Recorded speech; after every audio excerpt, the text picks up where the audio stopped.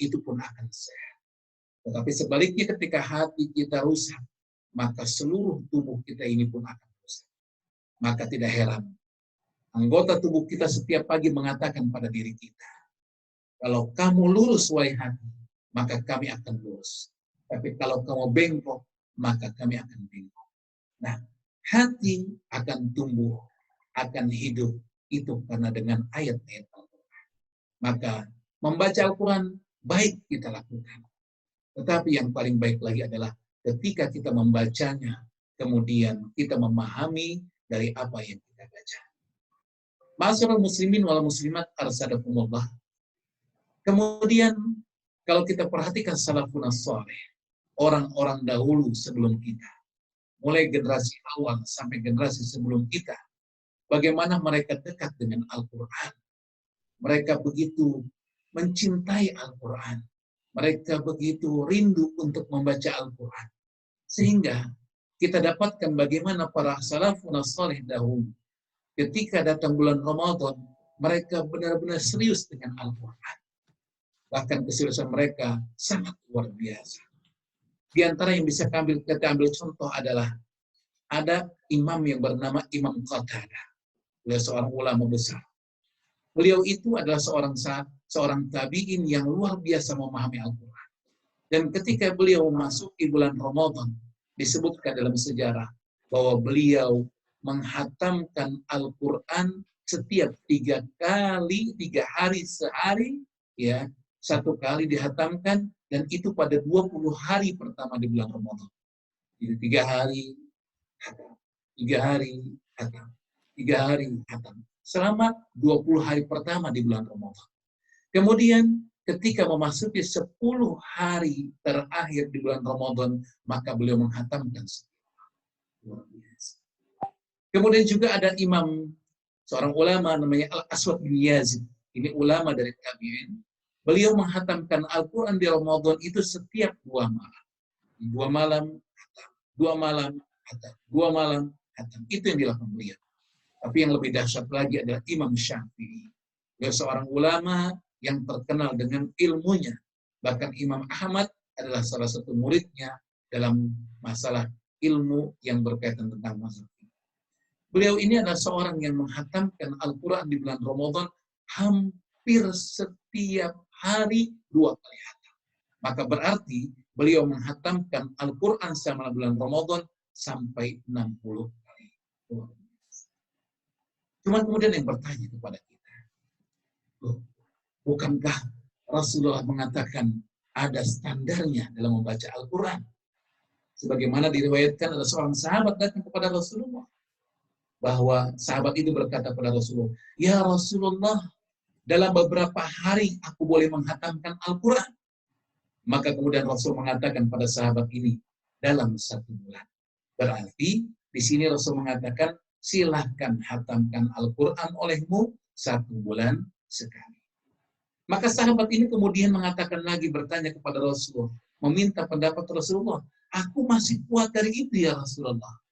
Maksudnya, ya Rasulullah, boleh nggak aku lebih membaca daripada sebulan sekali?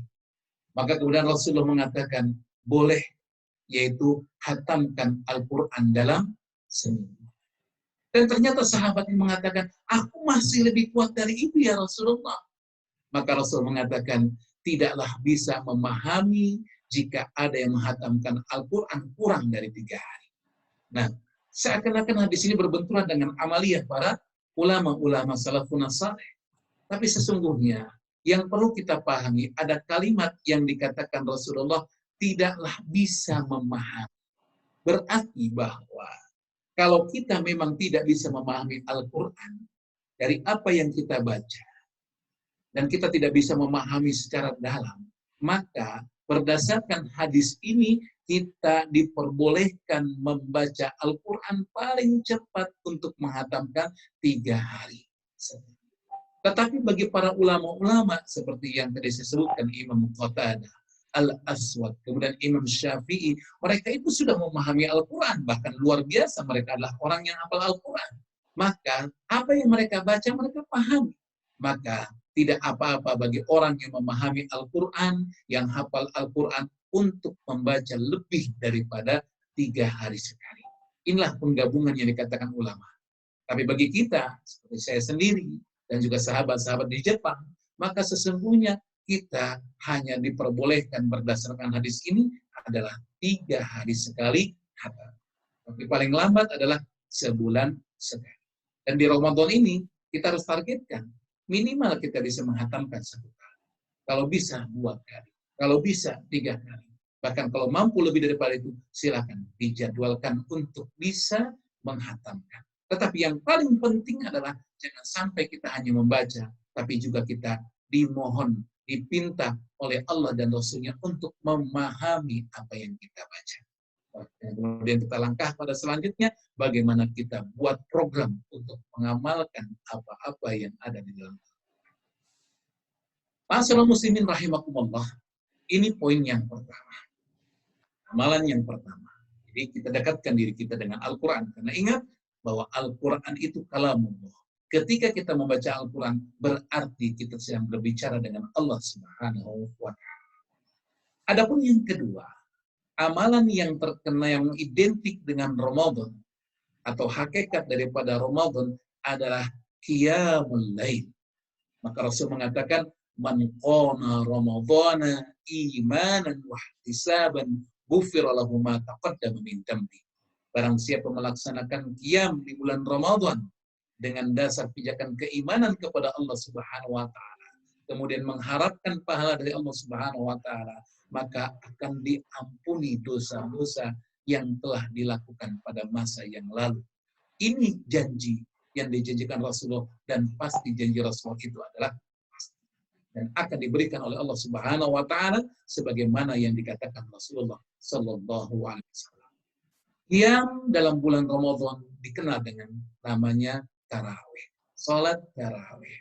Dan salat tarawih ini adalah salat yang dilakukan dengan santai. Karena kalau kita lakukan cepat bukan tarawih, karena mana tarawih itu adalah berasal dari kata santai. Dalam pelaksanaannya kita tidak perlu tergesa-gesa. Maka saya sesungguhnya heran ketika kita dapatkan begitu viralnya ada satu daerah, ada satu masjid itu melaksanakan sholat tarawih dalam hitungan di bawah 10 menit selesai. Dan jumlahnya luar biasa, 23 rakaat. Ini bukan sholat tarawih. Memang mungkin dia melaksanakan sholat qiyam sebagaimana dikatakan Rasulullah, tetapi tidak ada kesantaian, dilaksanakan dengan tergesa-gesa. Di mana tumakninah dalam melaksanakannya. Tapi kita bermohon pada Allah Subhanahu wa taala semoga Allah sadarkan dan kemudian Allah berikan ganjaran dengan apa yang mereka lakukan. Karena memang kalau kita perhatikan Rasulullah sholat demikian tenangnya. Rasulullah sholat demikian santainya dalam pelaksanaan sholat malam. Ma'asyiral muslimin rahimakumullah. Lalu bagaimana dengan tarawih yang kita lakukan sekarang ini dengan kondisi yang dalam wabah corona saat ini? Maka tarawih yang kita lakukan apabila memang tidak memungkinkan untuk melaksanakan di masjid, maka tinggalkan tarawih itu di rumah. Karena sesungguhnya kalau kita perhatikan hakikat tarawih itu yang dicontohkan Rasulullah melaksanakannya mayoritas dari Ramadan adalah di rumah. Memang ada hadis mengatakan bahwa Rasulullah pernah melaksanakan 1 hari di masjid, 2 hari di masjid, 3 hari di masjid, 4 hari di masjid, dan semakin hari dari hari ke hari semakin banyak sahabat yang mengikuti beliau. Tetapi sesungguhnya kemudian Rasul pada hari kelima tidak datang, sehingga para sahabat bertanya, apa Rasulullah tidak datang? Padahal kita sudah menanti. Maka kemudian pada esok harinya sahabat bertemu dengan Rasulullah dan Rasul menjelaskan bahwa sesungguhnya kenapa aku tidak berangkat ke masjid, karena aku nanti menjadi kewajiban yang harus dilaksanakan umat. Oleh karena itu sahabat, asli tarawih itu adalah di rumah. Dan momen pada saat ini adalah momen bagaimana kita bisa melaksanakan tarawih dengan keluarga kita, yang mungkin pada bulan-bulan Ramadan sebelumnya kita tidak bisa melaksanakan dengan seluruh keluarga kita. Ada hal-hal yang tidak bisa kita laksanakan. Ini momen yang Allah berikan kepada kita untuk bisa tarawih dengan keluarga kita. Dan ini juga momen bagi kita sebagai seorang kepala keluarga, sebagai seorang suami untuk bisa menjadi imam bagi keluarganya. maka lakukanlah tarawih. Dan bagi mereka yang melakukan tarawih di masjid, maka dianjurkan untuk melaksanakan tarawih bersama imam sampai selesai. Kadang-kadang saya prihatin, jujur prihatin. Bukan merasa bahwa mereka melakukan kesalahan, bukan. Tetapi prihatin. Kenapa? Karena Rasul menjanjikan dalam sebuah hadis sahih yang diriwayatkan oleh Abu Dawud, bahwa Rasul mengatakan, barang siapa menunaikan qiyamul lail bersama imam hingga selesai, dicatat baginya pahala qiyamul lail semalam penuh. Ini janji Rasul. Rasul menjanjikan pada diri kita, udah yuk sholat kalian bersama imam sampai selesai, sampai sholat witir. Maka engkau melakukan itu bersama imam sampai berakhir sholat yang dilakukannya. Maka itu nilainya sama dengan ketika itu mendapatkan pahala melaksanakan qiyam semalam penuh. Kita nggak mampu melaksanakan qiyam semalam penuh. Bayangkan, sejak sholat isya selesai kita laksanakan, kita sholat sampai menjelang subuh. Adakah kita mampu saat ini? Kita tidak mampu. Maka, untuk mendapatkan nilai itu, kita lakukan dengan sholat tarawih bersama imam sampai dengan selesai. Ini anjuran yang dianjurkan oleh Rasulullah. Namun, ada anjuran lain yang Rasulullah berikan kepada kita. Ini khususnya bagi yang sudah menikah. Ya. Bagi yang belum menikah, ya coba menikah kalau begitu ya. Karena memang ini hanya bisa dilakukan oleh orang-orang yang sudah menikah. Dan sebuah hadis Rasulullah dikatakan bahwa Rasulullah menjanjikan kepada pasangan suami istri yang bisa melaksanakan qiyam bersama. Nah, sebuah hadis sahih dikatakan, idza aiqadha ar-rajul, apabila seorang laki-laki bangun, ahlahu, membangunkan keluarganya, minal laili, di waktu malam, wasallaya, maka kemudian keduanya melaksanakan sholat malam. Atau dalam satu riwayat dikatakan, au shalla raka'ataini, atau melaksanakan sholat 2 rakaat jami'an secara bersama-sama, kutiba fil dzakirina wadz-dzakirah, maka dia akan dicatat sebagai orang-orang yang ingat kepada Allah Subhanahu wa ta'ala. Bayangkan, Rasulullah mengatakan 2 rakaat. Enggak terlalu susah bagi kita untuk melaksanakan dengan pasangan hidup kita untuk melaksanakan 2 rakaat di malam hari. Loh, kan saya sudah tarawih sama imam. Saya sudah witir. Emang boleh melaksanakan sholat lagi? Boleh, kata para ulama. Dalam hal ini, ada ulama mengatakan, kalau begitu, kamu genapkan witir kamu. Kamu sholat 1 rakaat, niatkan untuk menggenapkan witir kamu, lalu kamu melaksanakan sholat lagi, 2, lalu ditutup dengan witir. Ini satu. Di pendapat yang lain mengatakan, ya sudah, laksanakan saja sholat malam, 2, tidak perlu dengan melaksanakan witir selanjutnya. Dan 2 pendapat, silakan pilih. Mau milih yang pertama, ahlan wa sahlan, mau milih yang kedua, juga ahlan wa sahlan. Karena apa? Karena kita diberikan alternatif oleh para ulama. Dan tidak boleh kita menyalahkan, oh yang pertama yang paling benar, yang kedua salah, yang kedua mengatakan, yang saya yang benar, yang pertama salah. Ini tidak diperbolehkan, karena bab ini adalah bab ikhtilaf, dan masing-masing memiliki dalil, dan masing-masing siap untuk mempertanggungjawabkan di hadapan Allah Subhanahu. Oleh karena itu, sahabat, kawan-kawan di Jepang, yang semoga Allah ridhoi, mari kita laksanakan. Bagi yang sudah menikah, silakan laksanakan qiyamul lail bersama pasangan. Sebelum melaksanakan sahur, laksanakan 2 rakaat bersama sebagai bentuk kesyukuran kita kepada Allah Subhanahu wa taala, dan kemudian kita ditulis sebagai seorang yang ingat kepada Allah Subhanahu wa taala. Lalu yang ketiga, masalah muslimin rahimakumullah. Yang ketiga adalah kita melaksanakan sedekah. Sedekah ini adalah satu hal yang sangat luar biasa. Dan kalau kita perhatikan dalam sebuah hadis sahih diriwayatkan oleh Imam Muslim, bahwa Rasulullah SAW adalah orang yang paling dermawan. Paling dermawan. Dan lebih dermawan lagi adalah ketika di bulan Ramadan. Itu luar biasa. Jadi sudah dermawan dalam kehidupan beliau sehari-hari, kemudian ketika datang bulan Ramadan, Rasulullah lebih dermawan lagi. Dan ini bisa kita lakukan.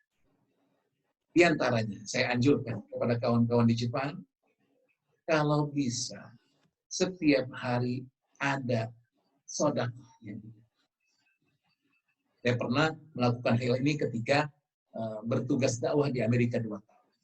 Saya ajak jamaah pengajian Rabu Halaqah, ini pengajian ibu-ibu, Bu, mau nggak mendapatkan doa malaikat setiap hari? Tentu doa kebaikan. Tapi juga mau nggak ibu mendapatkan doa kecelakaan, kebinasaan, kerusakan, halangan untuk mendapatkan rezeki dari malaikat? Oh, tentu Pak Ustaz. Saya ingin yang pertama mendapatkan doa keberkahan dari malaikat setiap hari. Mudah, Bu. Mudah insya Allah. Karena apa? Kita mampu melakukannya. Allah nggak melihat jumlah berapa yang kita keluarkan.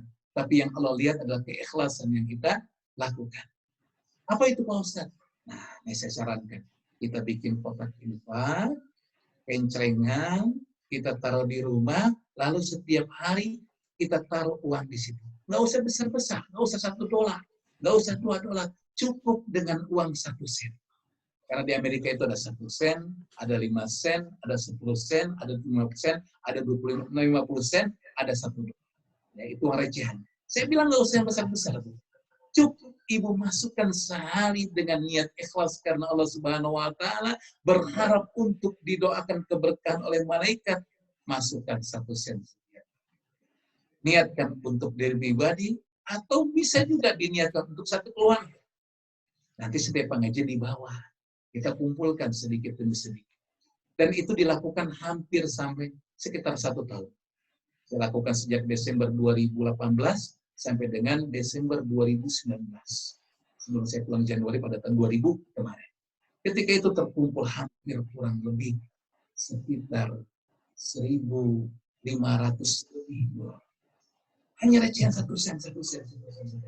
Tiap Rabu mereka pun datang, mereka kumpulkan, lalu kemudian saya hitung, saya masukkan dalam tempat uang masing-masing dalam tempatnya, lalu kemudian ada satu jamaah menyetorkan ke bank, terus sedikit demi sedikit, akhirnya terkumpul luar biasa. Nah, ini amalan sedekah yang bisa kita lakukan. Hanya dengan 1 sen mendapatkan doa malaikat setiap hari. Dan ini ringan, mungkin kalau di Jepang berapa mungkin nominal terendah apa, ya buat kayak gitu. Kumpulkan, setiap hari dimasukkan, niatkan untuk diri pribadi. Kalau masih bujang, atau niatkan untuk satu keluarga kalau sudah menikah. Nah, ini sedekah kita lakukan. Maka ketika kita lakukan ini terus-menerus, di antara tadi kenikmatan yang kita dapatkan, kita mendapatkan doa malaikat. Kemudian juga dengan kondisi sekarang kita sedang terkena, masyarakat dunia ini sedang ada wabah corona, maka sedekah itu pun bisa dilakukan.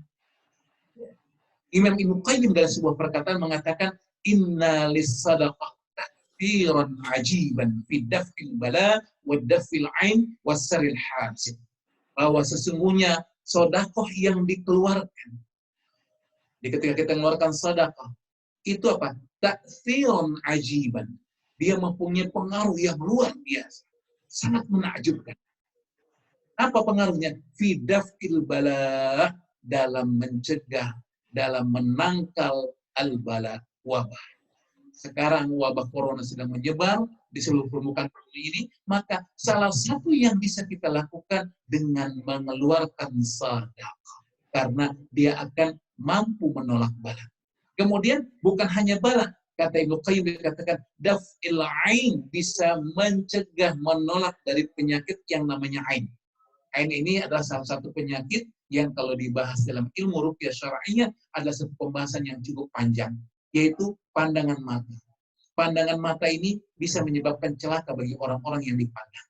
Dan ini pernah terjadi di zaman Rasulullah. Di pembahasannya panjang. Kalau memang ada satu waktu ingin membahas ini, insya Allah saya siap membahas, karena memang saya memiliki wawasan dalam bab ini, karena pernah mengikuti pelatihan ruqyah dengan salah satu mahasiswa ruqyah di Indonesia, Ustaz namanya Abu Faddan, ya, Yasir, ya.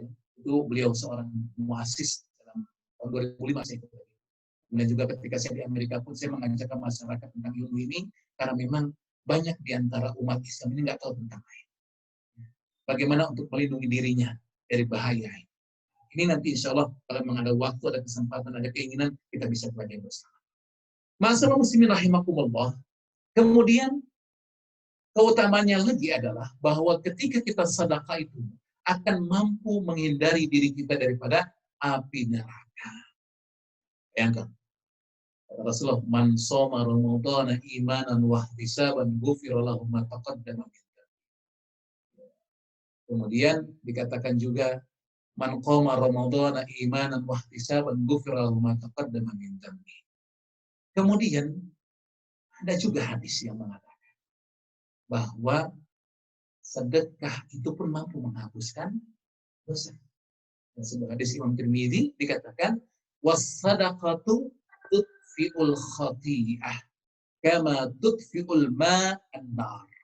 Bahwa sedekah itu dapat menghapuskan dosa sebagaimana air memadamkan api. Melaksanakan saum diampuni dosa, maka dan meminta. Melaksanakan tarawih diampuni dosa, maka dan meminta. Sedekah yang kita lakukan pun itu pun akan menghapuskan dosa-dosa yang kita lakukan. Maka jangan sungkan. Kalau punya uang tinggal transfer, ya bisa ditransfer ke lembaga-lembaga yang ada di Indonesia. Ya seperti misalkan ke HI, ya, yang sekarang ini memberikan fasilitas kita untuk melaksanakan acara ini. Atau kalau di Indonesia bisa menyalurkan melalui IZI. Atau bisa juga melalui Asyifa Peduli tempat saya tinggal pun. Ini sudah kerjasama dengan IZI juga. Jadi silakan bisa disalurkan. Karena itu memberikan manfaat. Apalagi dengan kondisi sekarang ini, banyak masyarakat di Indonesia khususnya yang sangat terdampak dengan wabah ini. Sehingga mereka berpenghasilan minim sekali. Bahkan walayubillah, saya lihat dalam sebuah kiriman seorang teman, ada keluarga yang mengakhirkan hidup karena wabah ini. Ya ini mungkin karena keimanannya kurang. Tetapi ini dampak luar biasa. Maka bagi sahabat-sahabat di Jepang, apabila punya kelebihan harta, di Jepang nggak perlu sebagaimana diperlukan saudara-saudara kita, silakan kirim sedekahnya, infaknya, zakatnya, dan semua yang bisa diberikan dalam bentuk sedekah untuk saudara-saudara kita di Indonesia yang saat ini sangat membutuhkan. Yang terakhir, amalan yang bisa kita lakukan adalah i'tikaf. I'tikaf. Kenapa kita i'tikaf? Karena kita melaksanakan i'tikaf mengejar yang namanya Lailatul Qadar. Lailatul Qadar ini, kata Allah Subhanahu wa taala dengan firman-Nya, itu lebih baik ingat ya, lebih baik dari 1000 bulan. Jadi nggak bisa dikatakan 1000 bulan nilainya. Jadi Lailatul Qadar sama dengan 1000 bulan. Ini salah pemahaman.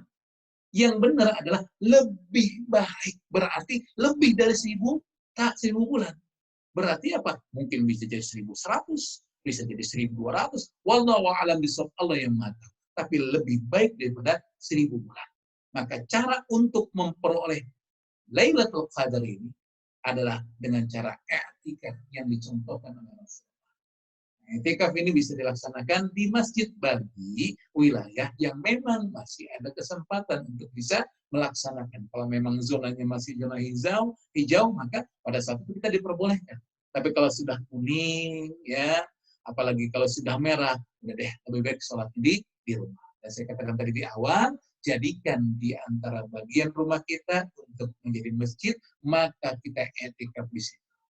Ya Ustaz, bagaimana Ustaz? Saya selama ini kan melaksanakan di masjid. Dan i'tikaf itu kan identik dengan masjid. Kok melaksanakan di rumah? Ingat, wahai saudara, sesungguhnya apa yang telah kita lakukan pada tahun-tahun lalu, dan kita rutin melaksanakannya, lalu kemudian kita berhalangan untuk melaksanakannya pada tahun ini, tapi kita sudah punya niat untuk melaksanakan itu, maka insya Allah i'tikaf kita di masjid nilainya sama ketika kita melaksanakan. I'tikaf kita di rumah nilainya sama dengan kita melaksanakan i'tikaf. Saya ulangi, kalau kita biasa rutin setiap tahun melaksanakan i'tikaf di masjid, rutin, ingat rutin ya. Kemudian berhalangan pada tahun ini, lalu kita melaksanakan i'tikaf di rumah, maka ingat sesungguhnya i'tikaf yang kita lakukan di rumah ini nilainya sama ketika kita melaksanakan i'tikaf di masjid. Kenapa? Karena ada halangan syar'i. Sebagaimana ada ibadah yang lebih besar dibandingkan i'tikaf, apa? Jihad fisabilillah.